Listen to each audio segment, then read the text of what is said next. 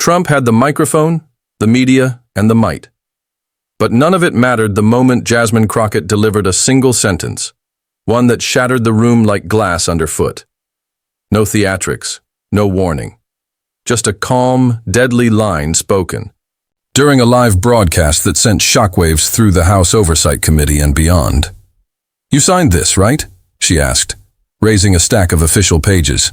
It was direct, controlled. The sort of question that didn't need volume. It needed gravity. Her voice didn't rise, but her intent pierced the silence. She held the document with poise, her tone precise, her message sharpened by purpose. "Because based on your recent comments, it's clear you didn't understand a word of it." Everything stopped. No coughs, no scribbled notes, just a breathless chamber suddenly robbed of noise. Committee members froze. Reporters looked up from their tablets. And Crockett held her position, calm under the full weight of national attention. No theatrics, no insults, just that heavy silence, a silence louder than outrage. She didn't shift in her seat. Her voice never faltered. And in her eyes, there was no smugness, only certainty. The certainty of someone who knew what she was doing. Not because she hoped it would land, because she knew it would. CNN cut away. MSNBC moved to a panel, but Fox held the shot. They tried to change the topic, but the moment had landed, and it was already out of their hands. This wasn't a punchline. This wasn't a partisan jab. It was something darker, deeper. A question people had been too afraid to ask. Could a former president, once in charge of the nuclear codes, actually understand what he signed? Clips exploded across the internet. Twitter, or X, was flooded with slowed-down footage, zoom-ins on the signature, screen grabs of his past statements contradicting everything in the document. Some laughed. Others didn't. For many, it wasn't just a political gaffe. It was an alarm bell. Crockett never flinched, never smirked. She simply let the line do its work. Because for her, this wasn't theater. It was a reckoning. Down in Palm Beach, that reckoning reached Trump like a fist to the jaw. In a private room at Mar-a-Lago, he stood, knocking a remote from the table. The TV still glowed with Crockett's image, mid-sentence. But he was no longer watching, he was pacing. "She humiliated me," he snarled. "On live TV." 3 aides froze. One tried to explain, to reassure. Trump waved him off. "I never approved that. I never read that." That was the problem. The document in question? A federal initiative he'd praised just weeks before. He'd signed it, on stage, no less. Now, under fire, he was convinced it had been a setup. "Planned that," he muttered. "Scripted it." An aide stepped forward cautiously. "Sir, you signed it at the Fort Wayne rally. It was broadcast live. You said it was the greatest proposal anyone had written." Trump stopped, eyes narrowing. "So I didn't read it?" "You signed it, sir." He slumped back in the leather chair, his rage simmering. "She thinks I'm stupid," he said half to himself. Then, as if stung, he grabbed his phone and started typing. On Truth Social, the message formed. Sloppy, rapid, emotional. He vented. He lashed out. Misspelled names. Broken phrases. "She's a liar. I'm the best reader. Ask anyone. Top grades." He paused, then handed the phone. "To an aide. Fix it." The aide cleaned up the post. Grammar, spelling, but couldn't polish the damage. Across the room, another staffer messaged the PR team. "This is going to blow up, and not in a good way." He hit send anyway. Trump wanted a counterattack. "Go after her," he snapped. "Find something. Anything." It wasn't just anger. It was retaliation. The kind that didn't fade after a headline. His inner circle exchanged tense glances. They'd seen this before. But it felt different. Now, the silence after Crockett's line had settled into the public like smoke after a fire, and no one knew how to put it out. And while Trump spun in fury, the internet burned. The 14-second clip of Crockett's moment surged past 50,000 reposts. Trending hashtags: Trump can't read, oversight clapback, read before you sign. Then came the remixes. Bass drops, edits syncing her voice with trap beats, comedy skits, memes of Trump at a spelling bee. It went viral, but it wasn't the humor that stuck. It was the quiet, that silence after her words. It hit viewers harder than the jab itself. Cable. Anchors fumbled to frame it. Was it too personal? Was it fair? Some said yes. Others defended her. She didn't call him dumb, one progressive host pointed out. She pointed out a pattern, one that matters. Online, the debate took hold. One thread read, "If my boss signed a $5 million deal without reading it, they'd be fired. Why do we excuse that from a former president?"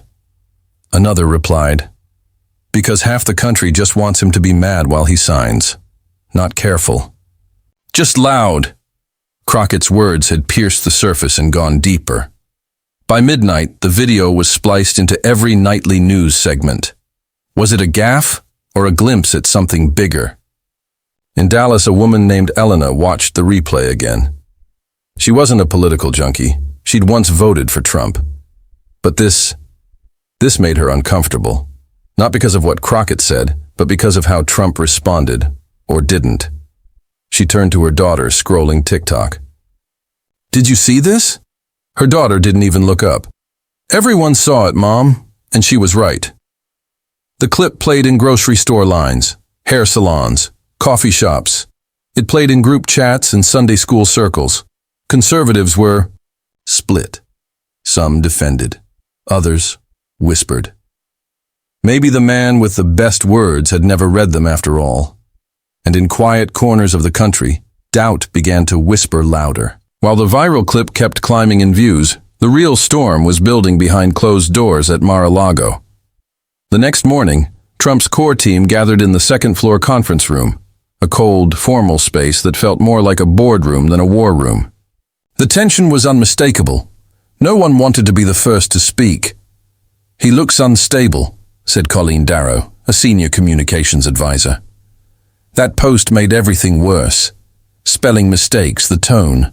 It just fed into everything, she implied. Ray Mengen, a strategist known for his casual sneakers under every suit, leaned forward. "You think she planned it all?" "She didn't have to," Colleen replied. "He walked right into it. She just waited. No one pushed back. They couldn't." She was right. Glenn Borkin, Trump's longtime advisor, finally broke the silence. "He doesn't want any of us going on air today. Not a single statement. Not even a tweet." The room froze. "So, we're going dark?" someone asked.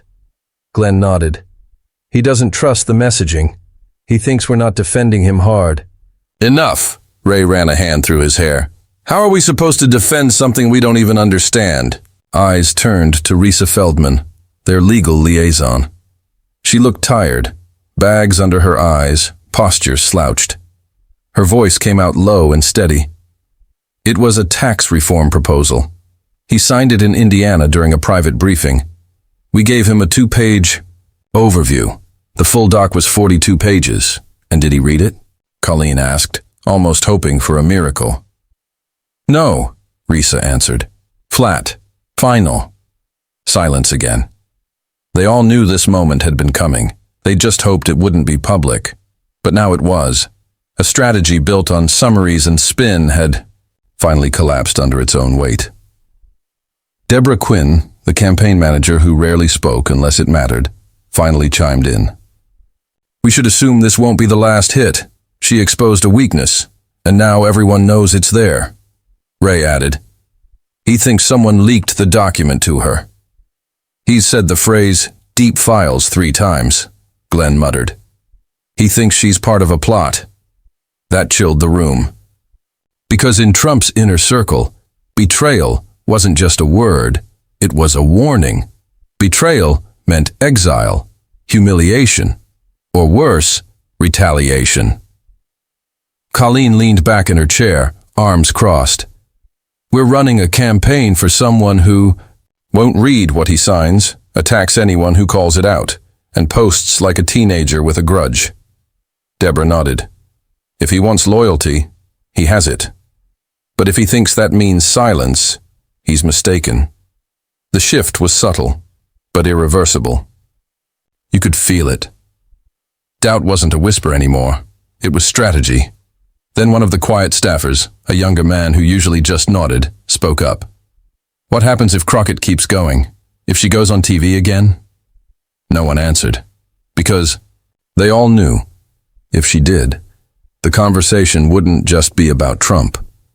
It would be about leadership, accountability, and who really reads what they sign. And while Trump's team scrambled, the rest of the country was learning why Crockett's moment had struck such a chord. Because before she was a lawmaker, Jasmine Crockett was a civil rights attorney with a cramped office above a payday loan store in Texas. She knew what it meant to defend people who'd signed things they didn't understand. She'd seen it too. Many times. Scared tenants, mothers fighting eviction, clients with garbage bags full of receipts and nowhere to turn. She'd seen landlords hide clauses in tiny print, seen judges skim affidavits without reading them, seen how often power skipped the details because the fallout never touched them. So when Trump signed a 42-page bill he hadn't read, and then tried to blame someone else, that wasn't just a mistake. It was a pattern, and Crockett had seen that pattern ruin lives. That's why she didn't blink in the hearing. That's why she didn't need to raise her voice.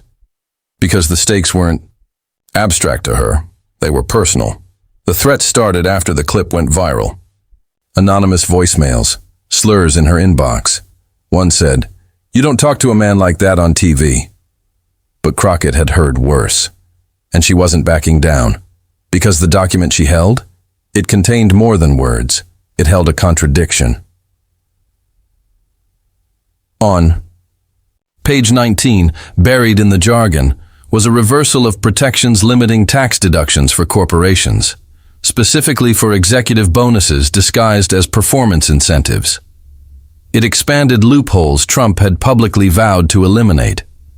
Just 1 week earlier, he'd called them criminal write-offs at a town hall in Reno, but he signed them back into law. The contradiction was undeniable. Whether he read the document or not, the truth was in black and white. And once Crockett exposed that, the analysts stepped in. CNBC, Bloomberg, policy podcasts. Financial experts tore into the bill section by section. This wasn't just inconsistency, it was a betrayal of middle-class promises. Corporations would now write off millions in executive bonuses, all while pretending to support small business. And people noticed.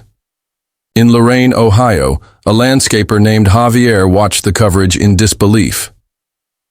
"He said he was on our side," he muttered to his wife. "Then he signed that?" His wife didn't look up. "He said a lot of things." In a yell. Barber shops and break rooms across the country, the tone changed.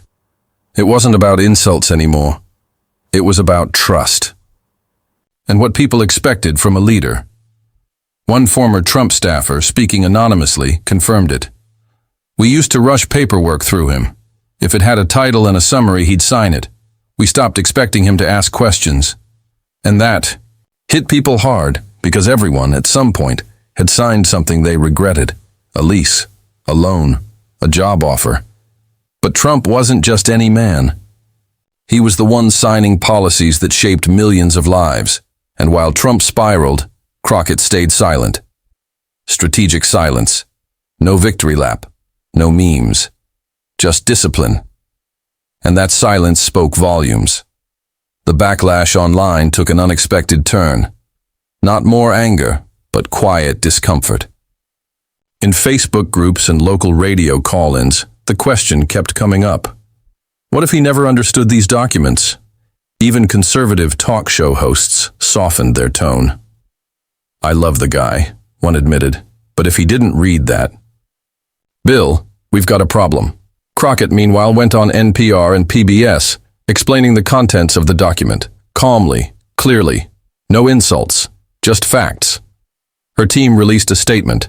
"We urge all lawmakers to fully understand the documents they sign We do not engage in playground insults. It hit harder than any tweet. Then, the biggest blow landed from someone unexpected. Melinda Rausch, a former education advisor in Trump's own administration, went live on a podcast and dropped the truth. I wrote memos for him, she said. We made them short, simple, loud, because he didn't like nuance. But when you're signing legislation, that doesn't work. She looked directly into the camera. That's fine for slogans, not fine for policy. The quote went viral. Because this wasn't an enemy, this was someone who used to write his talking points. And people started listening. Trump didn't stay quiet. At 11:26 p.m., alone in his suite, he opened Truth Social and typed in rage. Jasmine Crockett is a liar. I wrote the doc. I'm the best reader. She should be kicked out. It posted unfiltered, misspelled, frantic. The internet lost its mind. Mockery followed. Grammar jokes, memes. A photoshopped trophy that read, Comprehension Champion. A classroom photo of Trump holding a book upside down. But what cut deeper was what he claimed, that he wrote the bill. Fact checkers swarmed. It was false. Fully. Drafted by policy aides, reviewed by lawyers, summarized for Trump, and signed without edits. Now the issue wasn't just reading. It was lying.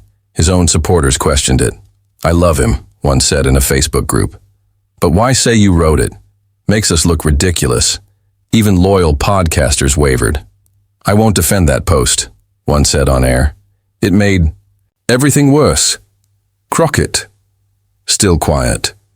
Just one final statement from her team. If you want to represent the people, read what you sign. And if you won't, step aside. No noise. Just clarity. Colleen, back at Mar-a-Lago, was blunt. We can't keep doing this. Every time we fix a fire, he lights another one. Glenn didn't disagree. This one's different, he said. It makes people feel stupid for defending him, and that was the real fallout. Not the memes, not the document, the doubt. In quiet moments, in cars, in kitchens, people weren't angry. They were embarrassed. Embarrassed for ever believing the myth. For defending something they never truly understood. And Crockett? She just asked a question, a simple, devastating question. Did you even read it?